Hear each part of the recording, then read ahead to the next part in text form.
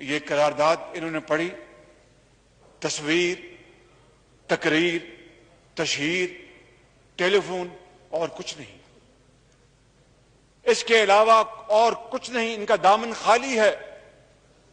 میں یہ بات بلا خوف تردید کہہ سکتا ہوں جناب اسپیکر، جناب چیئرمین، جموں و کشمیر ایک متنازع مسئلہ اور اس کے اوپر اس طرح کی خاموشی پہلے کبھی نہیں دیکھی گئی، اور اسی حوالے سے میں سمجھتا ہوں کہ اسلامی ممالک کی خاموشی بھی میں سمجھتا ہوں کہ اس کاز کو مزید کمزور کر رہی ہے اور اسلامی دنیا میں ایک مایوسی پھیل رہی ہے۔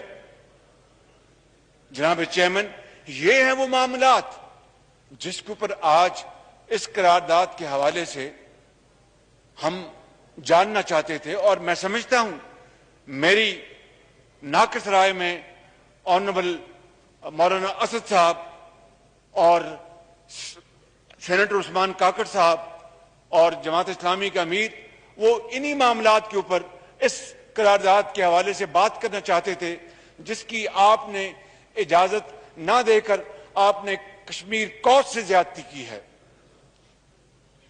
جناب چیئرمین، میں سمجھتا ہوں کہ ہر روز وہ اردوغل جو اس کی وہ جو ڈرامہ ہے اس کے بارے میں ہمیں وزیر اعظم عمران خان نیازی اس کے بارے میں قوم کو کہتے ہیں کہ وہ ڈرامہ دیکھو، وہ جو ٹرکش وہ ڈرامہ ہے، لیکن دوسری طرف مودی کو ٹیلی فون کال اٹینڈ کر لے ان کی پوری توجہ اس طرف رہتی ہے۔ یہ کتنا بڑا تضاد ہے جناب چیئرمین۔ میں سمجھتا ہوں کہ اس تضاد کو اگر دیکھا جائے تو یہ ہمارے لیے سب کے لیے ایک بہت بڑی امبیرسمنٹ ہے۔ جناب چیئرمین، میں یہ کہنا چاہتا ہوں کہ برہان وانی سے لے کر اس ننھے مننے بچے سالار کے نانا سے لے کر اس وقت کشمیر کے اندر جو خون کی ہولی کھیلی جا رہی ہے، اور وہاں پر ہر جنازے کے اوپر وہاں پر لا الہ الا اللہ کا وہاں پر ورد ہوتا ہے، اور پاکستان کے پیٹ کر ان کو قبر میں دفن کیا جاتا ہے، اس سے بڑا پیغام ہم پاکستانیوں کے لیے اور کیا ہو سکتا ہے کہ وہ آج بھی کشمیر میں یہ نعرہ لگاتے ہیں کہ کشمیر بنے گا پاکستان۔ اور جناب چیئرمین،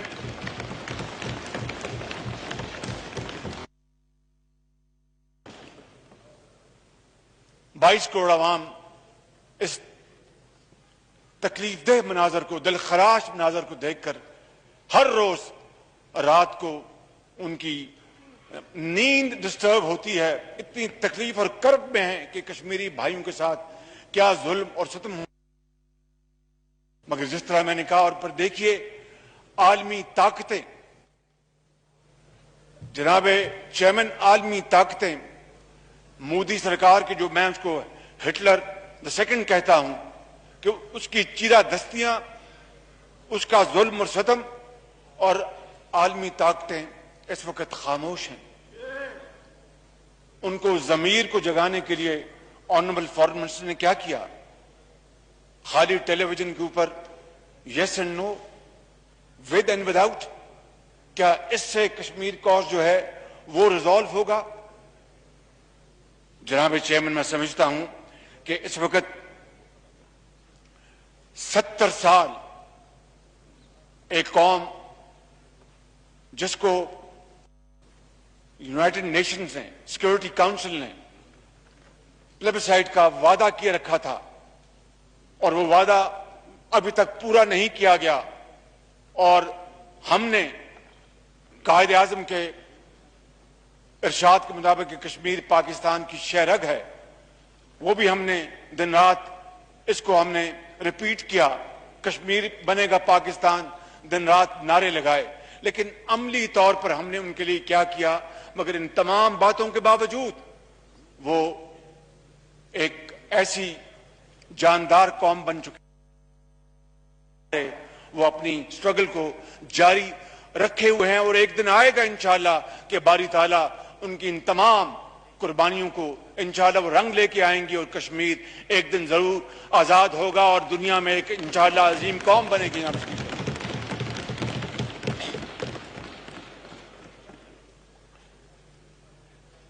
تو میں عرض کر رہا تھا جہاں پہ کہ عالمی طاقتیں آج ہٹلر the second کی تمام ظلم اور بربریت کے اوپر نہ صرف خاموش ہیں بلکہ آنکھیں بند کی ہوئی ہیں.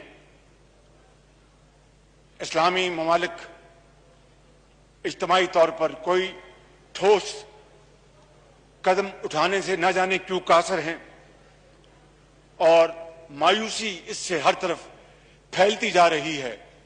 میں آپ کو کہ کشمیر کے ساتھ اور کشمیریوں کے ساتھ یہ ظلم و ستم کوئی پہلی بار نہیں ہو رہا. This is not the first time. جو کچھ آج جناب چیئرمین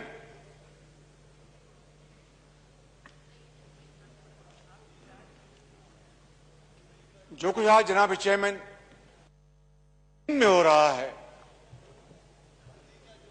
فلسطین کے اندر جو ظلم اور ستم ڈھایا جا رہا ہے، وہ بالکل کشمیر کے حالات سے مطابقت رکھتا ہے. کوئی فرق نہیں ہے. وہاں پر بھی اتنا ہی ظلم ہو رہا ہے جتنا کشمیر میں ظلم ہو رہا ہے.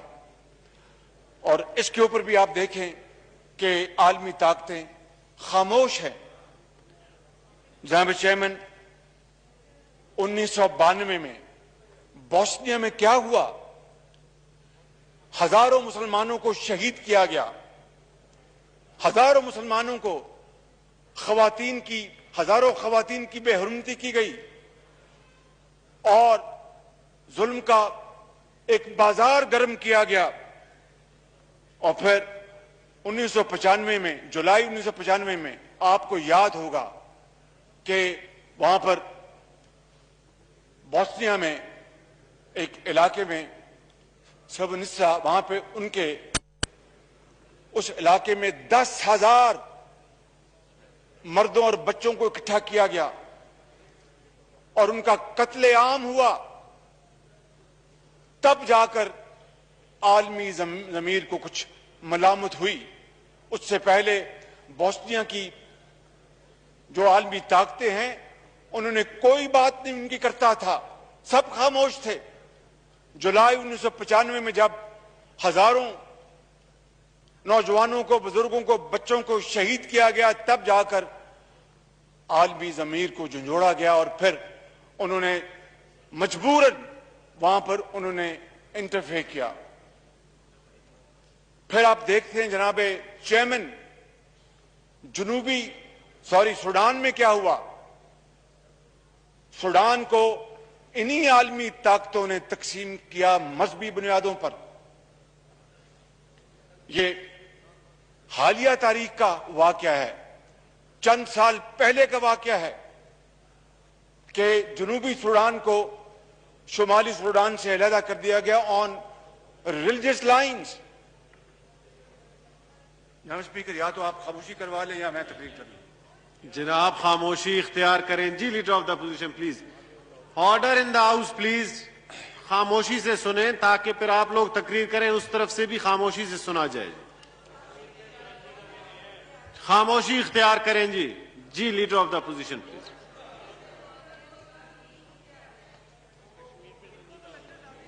Order in the house please. خاموشی اختیار کریں. جی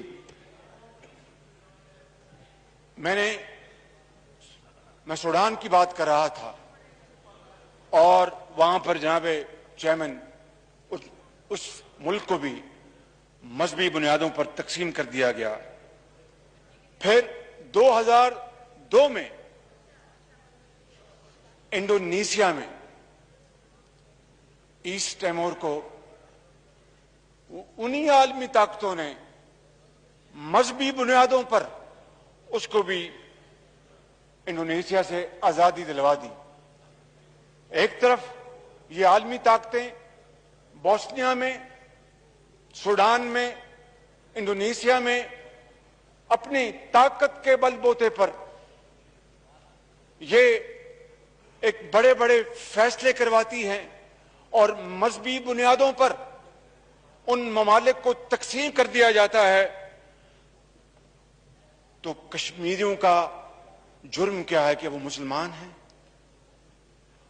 کشمیریوں کا کیا جرم ہے کہ ان کے ساتھ یہ طے کیا گیا تھا سیکورٹی کاؤنسل میں، یونائٹڈ نیشنز میں، کہ آپ کو حق کے خود ارادیت دلوایا جائے گا؟ پاکستان نے اس کے لیے ہمیشہ آواز اٹھائی، اور آج وہ بیچارے اپنے آپ کو تنہا محسوس کرتے ہیں۔ جناب چیئرمین، یہ ہے وہ ایک دل خراش کہانی، ایک رلا دینے والا واقعہ، ہسٹری، جس کے اوپر ہمیں آج اپنے اندر اپنے آپ کو دیکھنا ہوگا، سیلف انٹروسپیکشن کرنی ہوگی کہ کیا وجہ ہے۔ ہم ایک نیوکلیر طاقت ہے، کوئی نہیں کہتا کہ ہم خدا نخواستہ ہندوستان کے اوپر نیوکلیر طاقت کے ساتھ چڑھ پڑے۔ Nobody wants that. That is not the point at issue. Point at issue is کہ ہماری حکومت نے ان 2 سالوں میں کتنے کشمیر کے حوالے سے ناٹک رچائے، مگر عملی میدان میں انہوں نے کیا کیا؟ That is the point at issue. جناب چیئرمین، میں سمجھتا ہوں کہ یہ وہ ظلم و ستم کا ایک نہ ختم ہونے والی ایک یہ داستان ہے، اور آج اگر پاکستان نے کشمیریوں کا ہاتھ نہ تھاما، آج اگر اسلامک بلاک نے کشمیریوں کا ہاتھ نہ تھاما، تو پھر کل ہم پر کوئی اعتبار نہیں کرے گا۔ Then nobody is going to trust us. جناب چیئرمین، یہ بات ہے جو میں اس پی ٹی آئی گورنمنٹ کو میں ان کی گوش گزار کرنا چاہتا ہوں کہ پلیز اسٹینڈ اپ اینڈ سے نو ٹو اے رانگ تھنگ۔ اگر آپ یہ نہیں کریں گے تو پھر آپ پہ کل کوئی اعتبار نہیں کرے گا۔ اور یہ بات بھی اپنی جگہ جناب چیئرمین ایک حقیقت رکھتی ہے کہ وہی ممالک، میں یہ تو نہیں کہوں گا کہ رول یہ ہے کہ جس کی لاٹھی اس کی بھینس، مگر آج دنیا میں یہ ہے کہ جس کی لاٹھی اس کی بھینس۔ یہ ساری مثالیں میں نے آپ کے سامنے پیش کی ہیں، اور یہ واضح کرتی ہیں کہ یہ مثالیں اس بات کو انڈورس کرتی ہیں کہ جس کی لاٹھی اس کی بھینس۔ اور پھر یہ آنریبل فارن منسٹر بیٹھے ہیں، بہت آ کے انہوں نے دھواں دار تقریر کی تھی کہ ایک بہت بڑے ملک کے صدر نے ان سے کہا تھا کہ میں کشمیر کے حوالے سے میڈیٹ کروں گا۔ ایک دفعہ نہیں، 2 مرتبہ کہا۔ وہ میڈیشن کہاں گئی؟ مودی کو کس نے نکیل ڈالی؟ مودی کو تو کسی نے ایک لفظ نہیں کہا کہ تم ایک اپنا قتل کا بازار تم نے گرم کر رکھا ہے۔ میڈیشن تو بڑی دور کی بات ہے۔ تو جناب چیئرمین، میں سمجھتا ہوں کہ وقت کا تقاضا ہے کہ ہمیں ایک سیلف انٹروسپیکشن کرنی ہوگی۔